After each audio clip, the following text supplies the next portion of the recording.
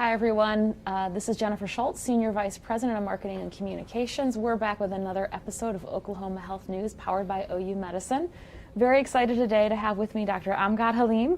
Dr. Halim is an assistant professor at the OU College of Medicine, and he is a surgeon for foot and ankle surgery with complex lower extremity reconstruction. I'm really looking forward to talking to you today about what that is. Thank you and welcome for coming. Well, thank you for having me. It's a great pleasure.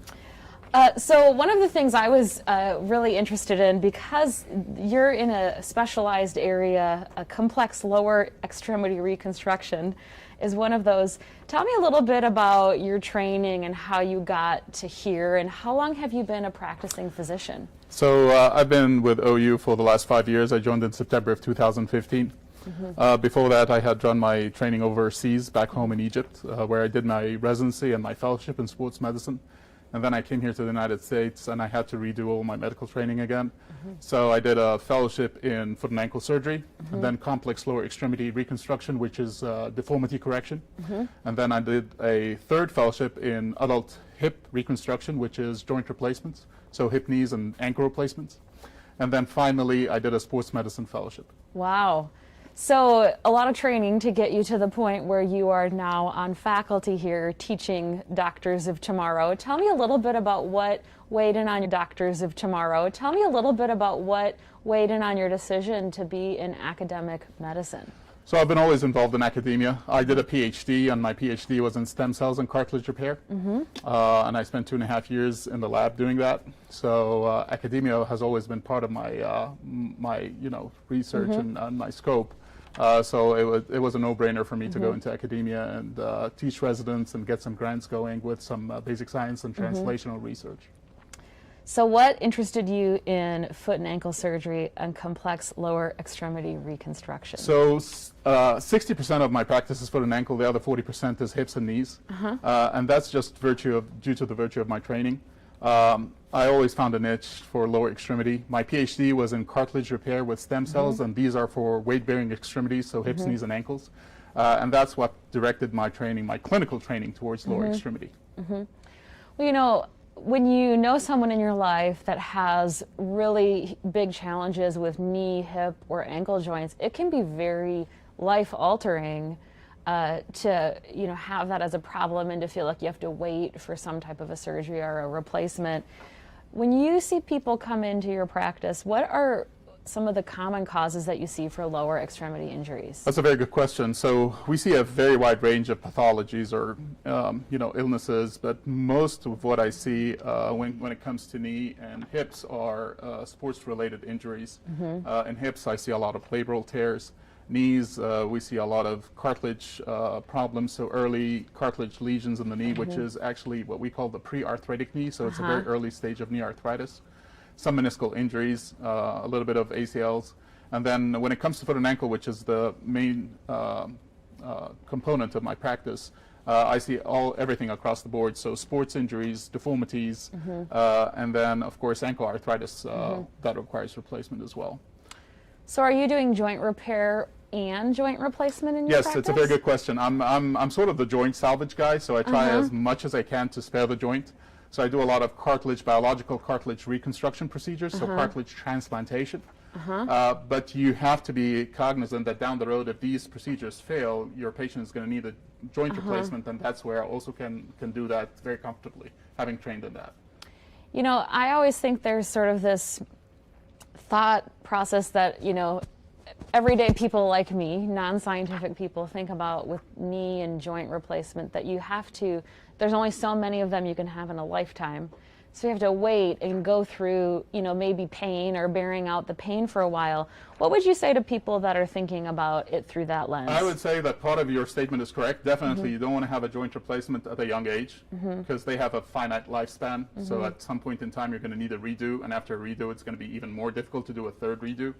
And that's where my role comes in trying to preserve the joints and give you biological solutions with cartilage transplant, whether it's from your own body or from a donor cartilage, just to give you a biological functioning knee with your own native tissue or some sort of native, cartilage.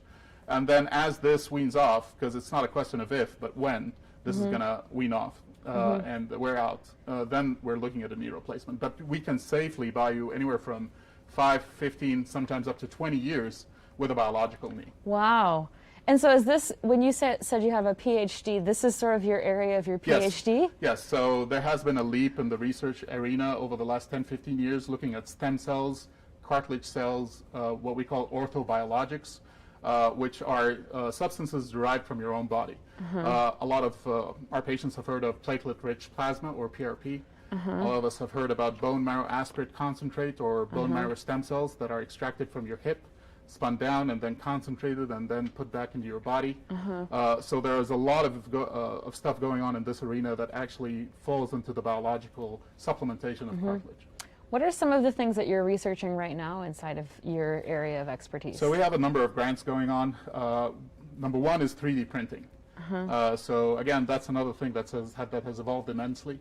And we can 3D print, whether instruments, we can 3D print templates of your own bone and knees or ankles for knee replacements and ankle replacements, and that actually cuts the surgery time. We've been 3D printing tissue engineering or 3D tissue engineered tissue such as cartilage and bone, and that's my focus of one of my grants. So we're 3D printing a scaffold, which is a construct that can actually mimic the function of cartilage and bone if you have early arthritis in your knee or your ankle, where we can implant it, load it with stem cells, load it with growth factors, and let it grow into a cartilage and bone construct and give you a little bit of more lifespan of your native knee. This is really fascinating, especially when you know people that are in pain and they're trying to wait and they're thinking that they have to suffer through this. That is correct. Really, the bottom line is they should come and see you and see what their options are. Is what Well, I have some family members that are going to get your phone number after this. Well, a lot of it is in the early phases of basic science, especially with the scaffolds that are being 3D printed because they're made out of polymers and stuff like that. But there's a lot of translational and clinical research that we've already done, implanting bone marrow concentrated stem cells, mixing them with fibrin glue, which is sort of a glue but medical glue, as well as PRP, which is platelet-rich plasma, in all these difficult problems. And we've had relatively good results, and there's been a ton of literature published on it that we can quote at one point. So what types of people do you mostly see in your clinic that are experiencing these types of injuries? So anywhere from the high-demand high school collegiate athlete all the way into the recreational athlete. And then that takes me all the way to the relatively senior patients with early arthritis and advanced arthritic changes. So I see a wide spectrum of patients involving all these age categories. Yeah. So what are the common causes of these types of injuries, if you're thinking about how do I avoid? Of course. Well, it depends on the sport, especially when it comes to lower extremities. We use our legs in a lot of sports. And every sport is unique in its injuries. So we're speaking, the OKC marathon is coming up, and a lot of people are training. I see people in this season, of course, a little bit earlier when it used to be in April, but right now we're seeing a lot of patients coming in with stress fractures from the increased intensity of running, a lot of tendon injuries, what we call overuse syndromes when they're not stretching enough and they're getting all these aches. Basketball season, high school and football season's coming up, so I see a lot of foot injuries, mostly ankle sprains, ligamentous injuries in the ankles and the knees. And then skiing season in the winter is very famous for also ankle injuries and some foot injuries. So when someone is coming in to see you, what type of tools do you use to diagnose those injuries and how do you think about creating a treatment plan for these types of injuries? So I would tell you the most important aspect is the clinical encounter. 90% of your diagnosis is going to be based on your clinical exam. A thorough clinical exam is more than enough. In the clinic, we usually supplement by routine x-ray to make sure that there aren't any fractures we're missing. And 90% of the time, based on the clinical exam and the x-rays, we can formulate a plan of management that involves non-surgical treatment for a period of time on which most of the patients are going to do well. But if after 6 to 8 weeks we sort of hit a roadblock and we're not doing any better, then that's when I order advanced imaging such as MRIs and CT or CAT scans.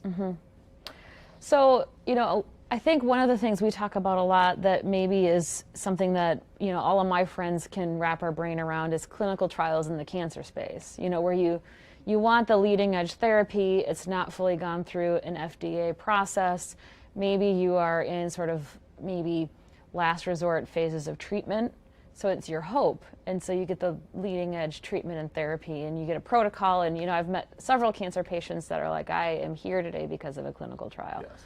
What does that look like in your research space for joints and for this type of work? Do you do clinical trials, or tell us a little bit about how that works? Yes, so most of what we do is based on, it's evidence. So we're looking at most of what we do in terms of orthobiologics has been approved, and one way or the other has been published.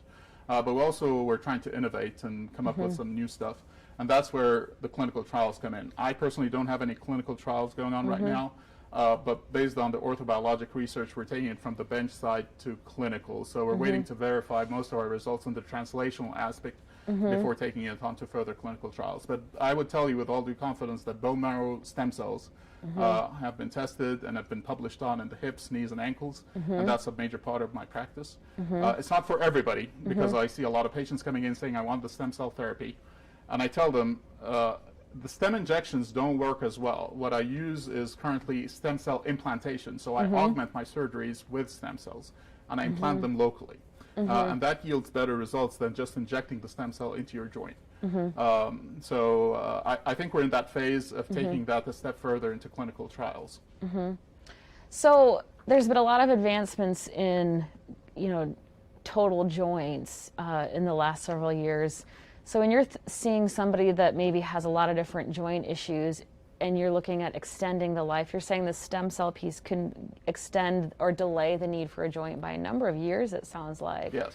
So what does that look like as you start to near the need for a joint? So I always tell my patients that when I see them with an early arthritic knee, I tell them it's not a question of if you're going to need a knee replacement, it's when.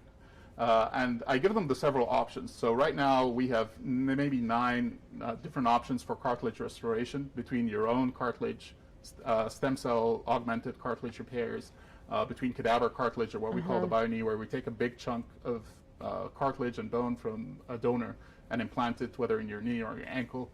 And then we have partial knee replacements.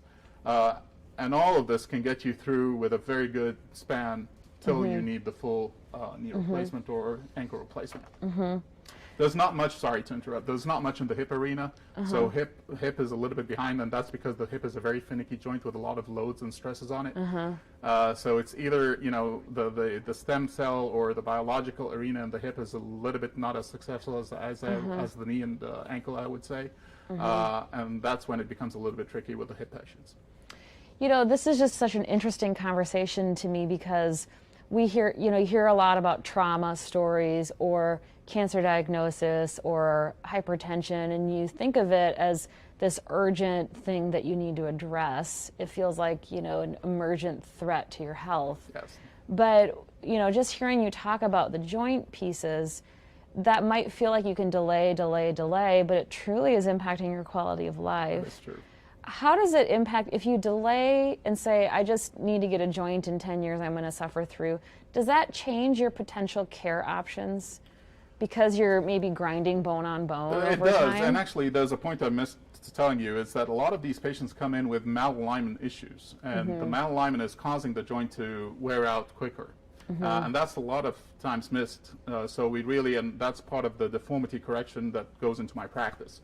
So I can see a patient with a malaligned knee or a malaligned ankle, and they're young, and they're starting to get this grinding, bone on bone. And I tell them, okay, there's an option besides a cartilage transplant or some sort of a joint preserving procedure, is restoring your alignment. And I always tell them it's like the analogy of getting your the car tires aligned. If your car tires are out of alignment, the tread is gonna wear out quicker. So it's realigning your tires is going to definitely buy you more time. And that's when deformity correction becomes a very substantial part of the practice, getting those joints aligned. And I see a lot of patients with knee issues and ankle issues just because they're merely out of alignment. And just restoring the alignment, doing bone cuts or what we call osteotomies, realigning the joints, buys them a good amount of time. So, what I'm taking away today is if you have knee, hip, ankle kind of joint issues or pain, you shouldn't try to suffer through it and say, eventually someday I need a joint and I'm too young. You should come in and get some consultation to figure out how you can extend the life of that joint, have a care plan that's going to lead you to the joint replacement in a way that makes that even more You're successful. absolutely right. That is a Okay. very accurate and correct statement. Well, I'm gonna need your card later.